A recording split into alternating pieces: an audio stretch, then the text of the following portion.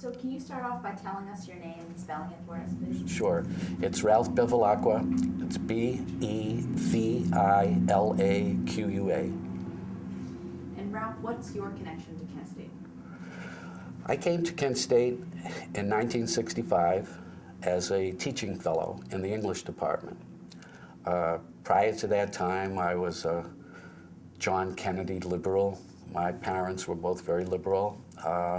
But I came out here with the intention of getting a PhD in teaching literature. For the first few years, that was my devotion. But around 1968, after some factionalism in the English department, I started to get political. And after a while, I was able to put together the tactics of the power structure in the English department with what was going on in the larger world. And I wrote a leaflet that had to do with an English department issue, and I passed it around the campus. And I was approached by a fellow who told me that I should look into joining an organization called the New University Conference. I did look into it, and this was a kind of a SDS type organization. And we had regular meetings. I became more and more interested in the war. I started bringing politics into my teaching. I started attending demonstrations. I went to Chicago, and I was there for the famous split between the Weathermen and the Progressive Labor Party. And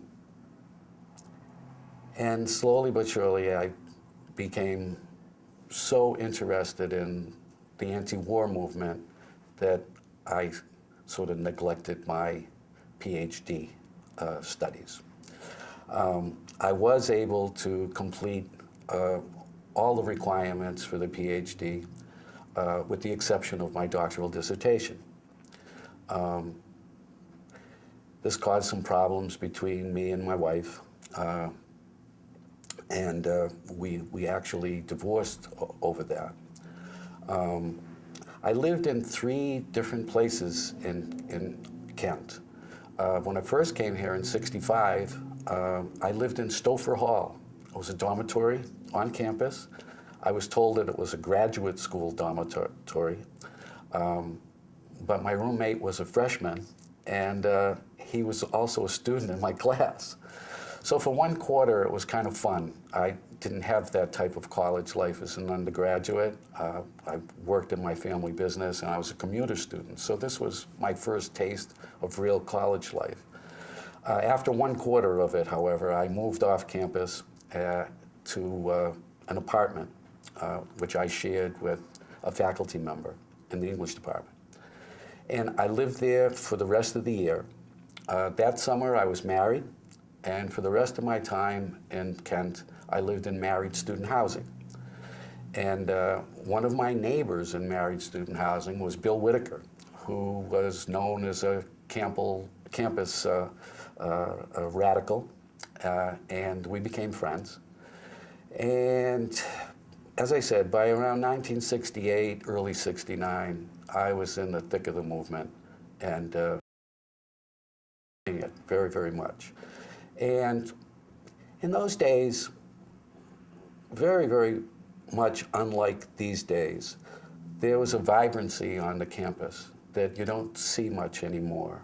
The students were really interested in issues, reading, and knowing more and more about what was going on in the world. And it was a real pleasure to teach. Actually, also in those days, the freedom, academic, remarkable.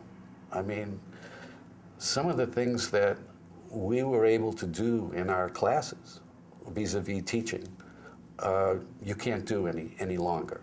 I mean, we could bring politics into our classes. And I did a lot of that. I kind of prided myself on bringing my personal politics into my teaching. I spearheaded a movement on the campus to do away with grades. And I tried to draw a distinction between evaluation and grading. And I thought that evaluation was fine. And that was something between a teacher and a student. But grading was something altogether different. And it was, in many cases, a club that teachers could use to beat their students with. If you miss 2 classes, you're going to lose 1 grade, you know, that sort of thing. And my fellow faculty members, for the most part, were very, very much against this sort of thing, the restructuring of the university. And so I was branded a malcontent. At any rate, the night of April 30th, 1970, I was with a fellow New University Conference member, a fellow from Pakistan who's been my friend ever since, in his apartment, and we were watching the TV when Nixon announced the incursion into Cambodia. Couldn't believe it, could not believe it. Earlier that day, we had a demonstration on the Commons where the Constitution was buried. One student burned his draft card. I gave a talk on a project called Project Themis, which was going on at the university, and many of us felt that it was somehow related to the Department of Defense. We were trying to get that project killed from the campus. Our feeling was it was the university complicity with the war machine. Had a difficult time trying to prove that that was the case. The university officials would really poo-poo our complaint about Project Themis, saying it was just a cancer research project, and how could anybody be against cancer research? We did subsequently find, and I included this in my talk on April 30th, a magazine that indicated that Project Themis was a Department of Defense funded project through the Air Force to design liquid crystal detectors. And there was the connection that we all felt was there between the university and the war machine. At any rate, that was a demand to get rid of that. And then there was a demand that had to do with the Black United Students. We talked about the possibility of calling a strike against the university if these demands were not met. And if my recollection serves me, we invited people to come back on Monday, May 4th, to, if these demands were not met, to vote to close the university down, to call a student strike. This was well before the melee that evening, well before the ROTC building was burnt down on Saturday, and other events that happened right up until noon, May 4th. Well, on Saturday, I was not on the campus. I was with a friend, and however, I did learn that the ROTC building was burnt down, and the phone was ringing off the hook. I also learned that the National Guard was called to the campus, and before too long, there were helicopters flying over the campus, and it was just unbelievable, unbelievable. On Sunday, I did go to the campus, and the National Guard was there. The ROTC building was still smoldering. And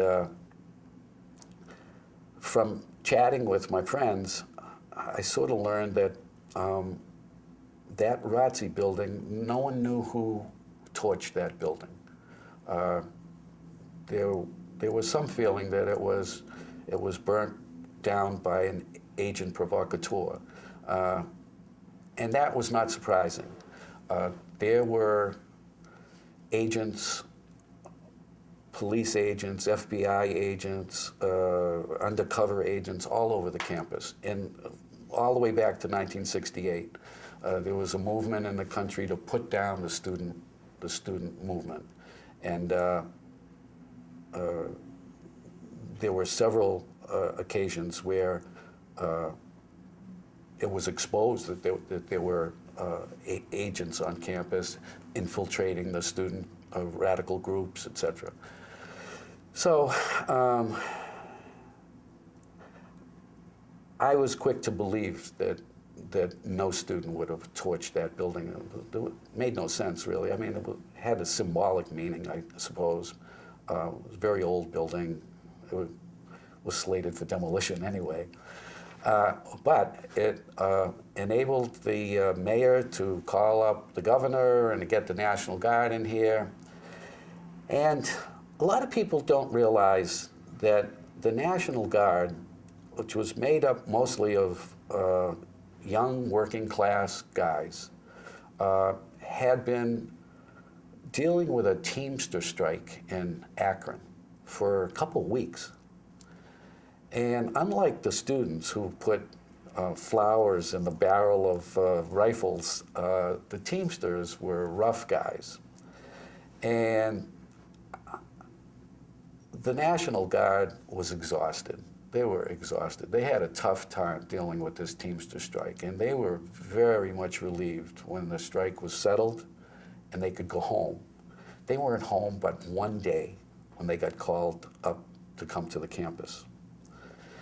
And another issue that doesn't get discussed all that much, and this was true around the nation, was the conflict between the town and the gown, the conflict between people who lived in university towns, working class people, and students who were viewed as privileged, especially since there was a war going on. A lot of students had deferments from the draft, and there was always a great deal of tension. Add to that the cultural differences. Kids had long hair. A lot of people didn't like that. They swore. They were irreverent.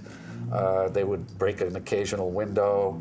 All these things irritated the masses against students. And so the National Guard, I think, was just ripe to either beat or kill students. And the fact that they had live ammunition in their guns was just appalling. I mean, nobody thought for a moment that those guns had live ammunition in them. So, at any rate, I remember on Monday going to the student union and sitting around with my friends and wondering, I wonder if anyone's going to show up for this meeting to call the strike. Earlier, all over the campus, the administration had attached leaflets to trees, to buildings, and these leaflets said that there was a state of emergency on a campus and that it was unlawful to assemble. More than 3 people was considered a crime. And this again made us wonder, will anybody, break the law? Will they come and vote to close the school down? Well, at 12 o'clock we went out there, and there were a lot of students, thousands of students. And I remember my friend Ken Hammond stood up on that Liberty Bell and very, very quickly said, is there a sense in this body to shut the school down? And yes, there was a loud yes vote. And he got down, and we were just kind of ready to break up. And there, in a huge semicircle, were about 90 guardsmen. And one of them came out in a Jeep with a bullhorn and said that the assembly was unlawful and to disperse. And that's all the kids needed to hear at that time. And they started cursing the guard, and before you know it, they're putting their gas masks on, and they start shooting tear gas as they started marching toward us. Well, it was a beautiful day. I just commented to someone outside that the weather today is very, very much like it was May 4th, 1970. Gorgeous day, very little wind, and so it was kind of easy to grab those tear gas canisters and just lob them right back at the guard. And that's what happened. Lots of guys would put a handkerchief over their mouths, lob the canisters back, and it really felt very playful. I don't think anyone realized that we were in danger. But we moved. As they got closer and closer, we went up over the hill. And once we got up there over the hill, people went in different directions. And I went off to the right of Taylor Hall when I heard the gunshots. I didn't duck. It just happened so fast. I didn't know what had happened. I turned around, I went back, saw the guard in formation starting to march away, and I passed a fellow, turned out to be Dean Kaler, whose entire side was blown off. And I just could not believe my eyes. I could not believe my eyes. There was mayhem at that moment. We walked down the hill into the Prentice Hall parking lot, and there was Jeffrey Miller lying dead. The gravity of that has stayed with me ever since. My first impulse was to get back to my colleagues, my friends from New University Conference. I had a strong feeling that we were going to be blamed for this. And I went to the home, which was not very far off campus, of one of these friends. And sure enough, a whole bunch of us were there. And what was happening, kind of humorous to look back on now, but people were getting haircuts. All these long hairs were getting buzz cuts. But we had the TV on, the radio on, trying to figure out what was going on. And we called lawyers. In those days, they were called movement lawyers, as you probably know. We were very frightened that we were going to be blamed for this. And there was a law in Ohio that said that if there was a riot and you were found guilty of inciting that riot, and there were deaths in that riot, then you were guilty of the deaths. So this is pretty serious stuff. And that night they closed the school down. And I remember staying around campus for several more months in the aftermath of all of this. I attended a New University conference in Ann Arbor, Michigan in July. And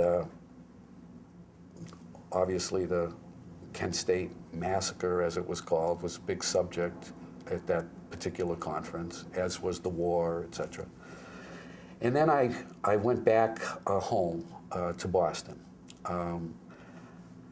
I was very fortunate to have not finished my degree.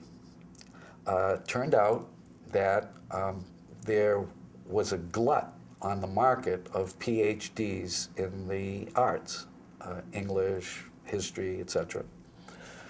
And it was very difficult, if not impossible, to get a job as an assistant professor. However, it was pretty easy to get a job as an instructor. They could pay you less, you were not going to be on a tenure track. And so I was hired at Northeastern University, right back in Boston, a very high desirability area to be. Plus it was my hometown.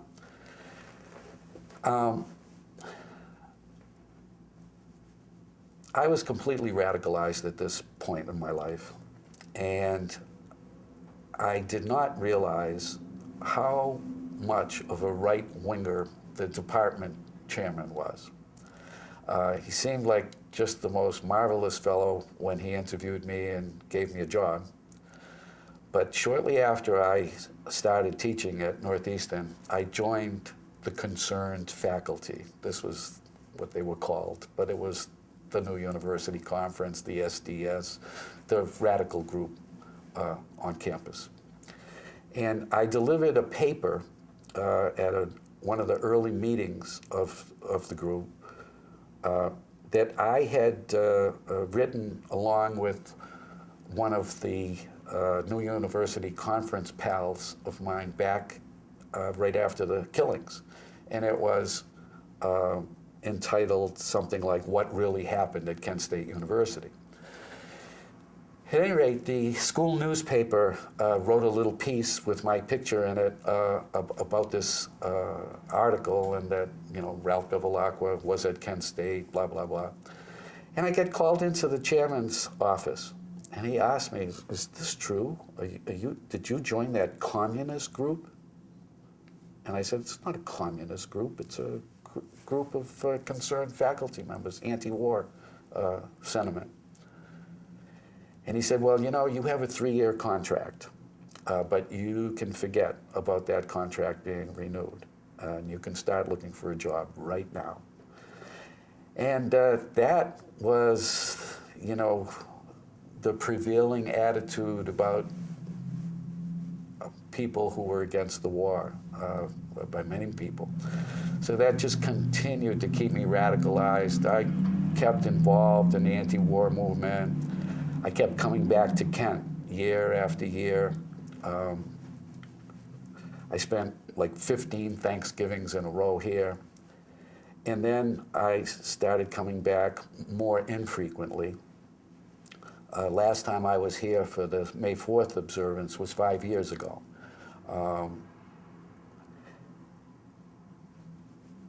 I left teaching in 1976. And I went into the sales arena.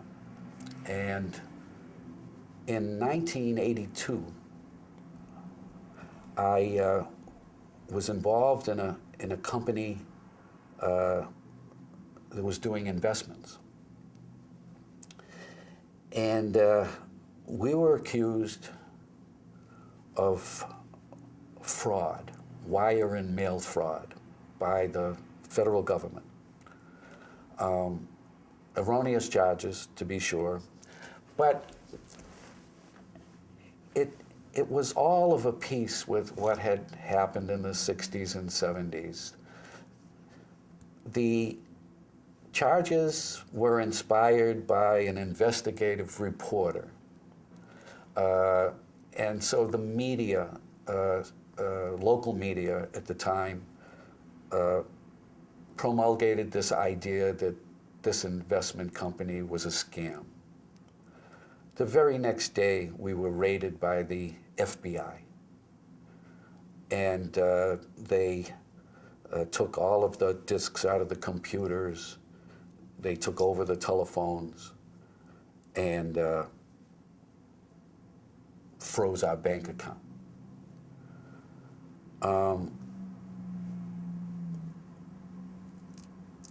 Without our funds, it was impossible to follow through on the promises that we had made to the investors. And so the government, the FBI, was able to persuade a number of customers who were seeing their money go down the drain to testify against us. I don't mean to interrupt you, but we're deviating a little from the story of Kent. Well, the point I want to make is that one of the lessons that came from Kent for me was that our government can be very, very abusive toward your rights. And one thing that struck home last night when I saw the film on William Kunstler was that a lot of terrible things happen legally. And it was the trial that I saw that lesson again, where FBI agents got up in the stand and swore to tell the truth and lied through their teeth, and where the U.S. attorney who was prosecuting us was involved in a game of winning and losing, had nothing to do with justice. And that's the lesson that I still carry today, that people should question authority and that they should question the government. And that if you get on the wrong side of the government, they're very powerful and will try to destroy you one way or another. Also, I think the government and administrations of colleges and universities have learned from the past. It's very, very difficult to demonstrate today in the way that we could back in the late 60s and early 70s. Now, at a national convention, they will tell you, yeah, you can protest, but you have to go 4 blocks away from the convention hall, and you have to be in this fenced-in area, and you can yell and scream all you want, make all the speeches you want, but it's against the law to get too close to the convention hall. And the same thing on campuses, you know, and the same thing in the classroom. You can't bring politics into your class, or else you find yourself fired. And so it's very, very difficult to organize and make change today. But I think it's real important that people struggle and try to bring change. Well, that's pretty much what I have to say. Why do you think it's important that young people learn about what happened at Kent in 1970? Well, for one thing, I don't think a lot of young people know that much about what happened at Kent State. Most of the students on the campus right now are not even born then. And this particular university has tried ever since 1970 to stifle the information and the truth about the story. No one was ever prosecuted for this. Just recently, through modern technology, you can actually hear the lieutenant give the order to fire to those National Guardsmen. Prior to this, it was thought that somebody took a shot at them or they were shooting in self-defense, a lot of baloney. Now we actually have proof that there was an order to fire. Will anything come of that? Probably not. So I think it's important that people know what happened at Kent, realize that our own government will turn against you if they feel that you're a danger to something that they want to do. And so people get diverted very easily into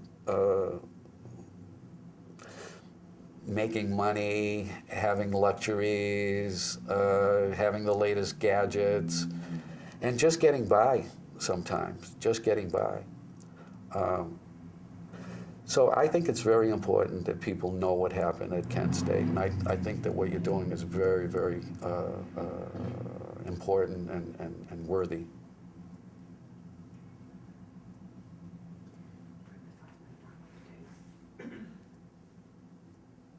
What would it take to bring justice for what happened here at Kent?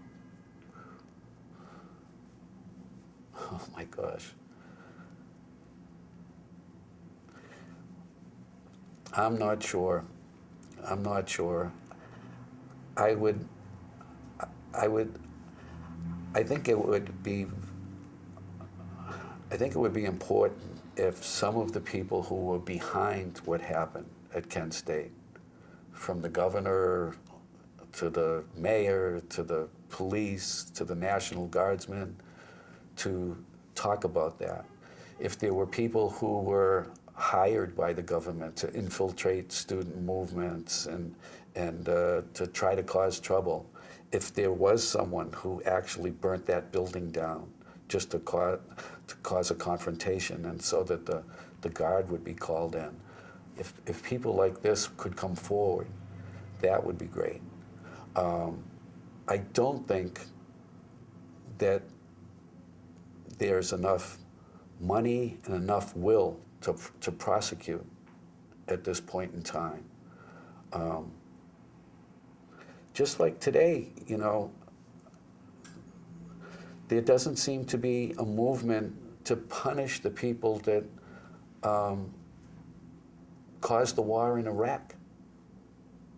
It's so clear to me that that was a war that was engineered by the Bush administration.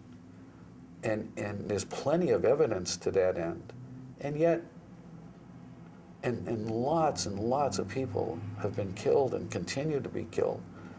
And yet, there's no movement that I know of that has a prayer of punishing the people who are responsible for that. So it's frustrating.